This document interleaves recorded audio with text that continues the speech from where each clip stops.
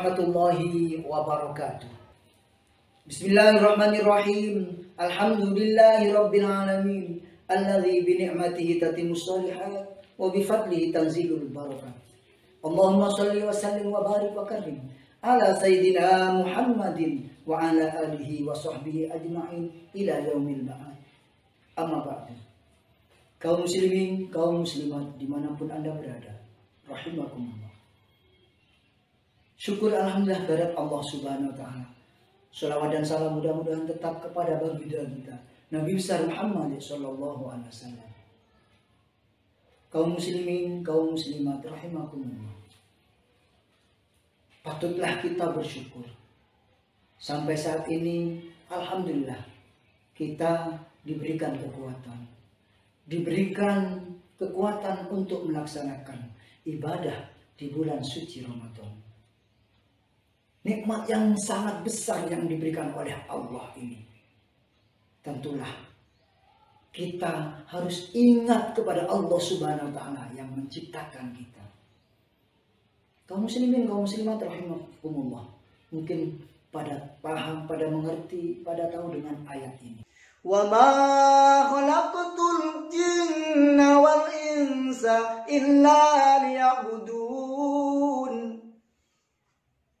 Kata Allah, saya tidak menciptakan jin dan manusia kecuali supaya mereka mengabdi kepadaku. Bentuk pengabdian kita yaitu dengan ibadah. Ibadah secara bahasa adalah pengabdian, ketaatan. Secara istilah yaitu melakukan perbuatan amalun soleh yang untuk mendekatkan diri kepada Allah Subhanahu wa taala. Ibadah banyak yang wajib, ada juga yang sunnah. Ibadah puasa, sholat, zakat, haji, dan lain sebagainya. Ini semua kita peruntukkan kepada Allah. Bukan Allah yang butuh kepada kita, tapi kita sebagai bentuk rasa tasyakurnya kita diciptakan oleh Allah, yaitu dengan memperbanyak ibadah. Lebih-lebih di bulan suci Ramadan ini, senampang kita masih hidup di dunia, belum kembali kepada Allah. Karena semua, kullu nafsin dha'iqatul maut, semua akan kembali kepada Allah, semua yang bernafas. Tukang ojek mati, tukang becak mati, petani mati, nelayan mati, Pak Lurah meninggal, Pak Camat meninggal, Bupati, Presiden meninggal, semua akan kembali kepada Allah Subhanahu wa taala. Apabila sudah masanya ajal itu kan nyampe, tidak bisa dimajukan dan tidak bisa dimundurkan. Suatu ketika ada di antara kita, saudara kita, di sana ingin mati karena terjerat hutang 15 juta. Bagi kita yang rezeki lebih, 15 juta itu mah sedikit. Tapi bagi kaum du'afa, fuqara, masakin, 15 juta itu adalah harta yang sangat banyak. Ketika terlilit hutang, dia putus asa, ingin mati, gantung diri. Akhirnya mengambillah tali yang sangat panjang. Dia naik pohon asam. Kemudian ujung tali diikatkan ke pohon yang paling atas. Kemudian ujung yang lain dililitkan, ditalikan ke lehernya. Dia melompat dari ketinggian dengan harapan mati, menggantungkan diri. Jatuh lompat, ternyata nyampe di bawah, tidak mati, saudara-saudaraku. Kenapa? Talinya terlalu panjang. Dia sudah nyampe di tanah, ternyata talinya tetap masih panjang, tidak mati. Allah kalau belum menghendaki dia mati, maka tidak akan mati. Kalau sudah mati, kata Rasulullah, mal mayitu fi qabrihi illa kal ghayyisul mutaghayyiz. Mayat yang sudah meninggal bagaikan kita berada di tenggelam di dasar lautan. Apa yang dibutuhkan? Tentunya adalah pertolongan. Dia akan berteriak, tolong, tolong. Siapapun dimintai tolong. Barangkali ada yang menolong. Begitu juga mayit di dalam kubur ketika di alam barzakh masa penantian dari alam kubur sampai dengan hari kiamat, yang diharapkan hanyalah pertolongan dari saudara-saudara muslimnya. Maka sering ketika saudara kita ada yang meninggal, diadakan pembacaan suratul Fatihah, Yasin dan tahlil sampai dengan 7 hari. Kemudian lagi 40 hari, 100 hari, 1000 hari. Bagi kita yang ahlus sunnah wal jamaah, itu adalah merupakan pundi-pundi untuk menambah pahala kepada almarhumah. Mungkin paham lain akan mengatakan itu adalah bid'ah, tidak ada tuntunan dari Rasulullah.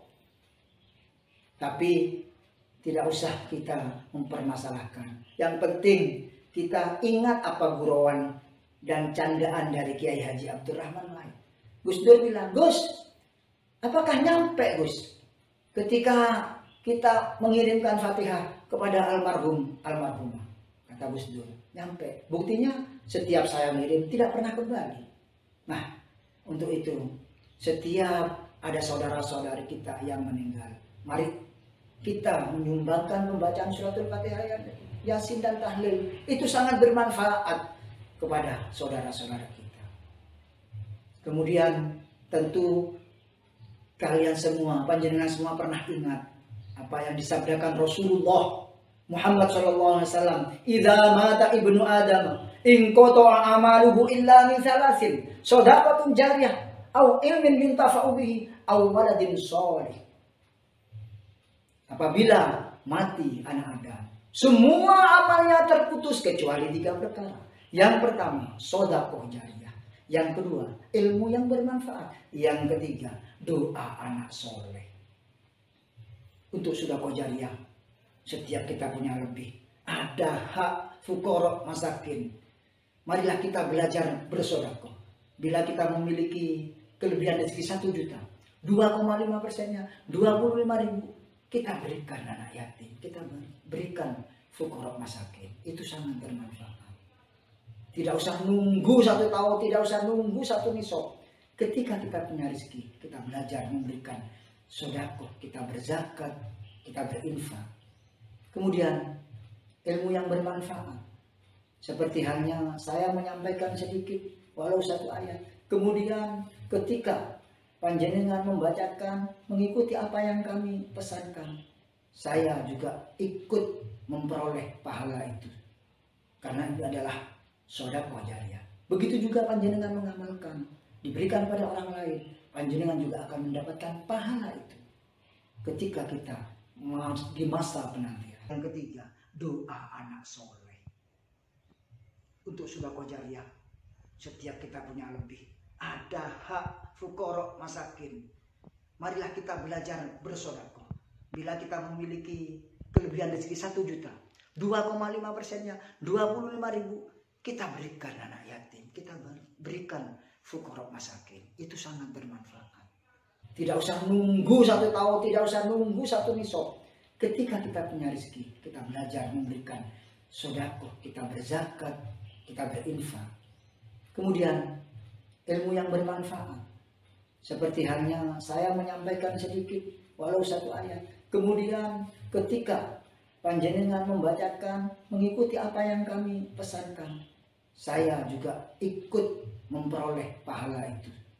Karena itu adalah sedekah jariyah. Begitu juga panjenengan mengamalkan, diberikan pada orang lain, panjenengan juga akan mendapatkan pahala itu ketika kita di masa penantian. Yang ketiga, awaladin soleh, ya damullah, anak yang soleh. Kita sangat berharap putra-putri kita menjadi putra-putri yang soleh, solehah.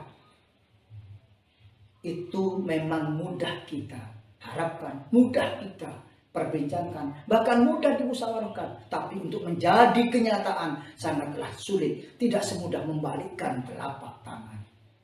Kita tahu ada seorang kiai, ternyata putra-putrinya jadi bejat. Ada anak orang biasa, ternyata putra-putrinya jadi kiai. Seperti ini tidak hanya terjadi sekarang. Dulu zamannya Nabi Musa, ada 2 Musa. Musa Samiri diasuh oleh malaikat Jibril, tapi ternyata kafir. Musa bin Imran diasuh oleh Fir'aun, ternyata menjadi seorang rasul. Untuk itu, dari sesuatu yang kita miliki. Perbanyak ibadah. Anak-anak soleh, anak-anak kita harapkan, kita doakan. Disekolahkan, dipondokkan, berharap agar menjadi penerus kita. Agar bisa menyumbangkan ketika kita kembali kepada Allah. Kemudian amal ibadah yang lain, mumpung di bulan suci Ramadan, sholat sunatnya kita perbanyak karena pahalanya bagaikan sholat wajib. Mungkin dengan memperbanyak ibadah itu kita akan memperoleh tambahan pahala yang kita harapkan dari Allah Subhanahu wa taala. Hadirin rahimakumullah, mungkin itu saja yang dapat kami sumbangkan. Mudah-mudahan jadi tambahan ilmu yang bermanfaat. Wallahu muwaffiq ila aqwamit thoriq. Wassalamualaikum warahmatullahi wabarakatuh.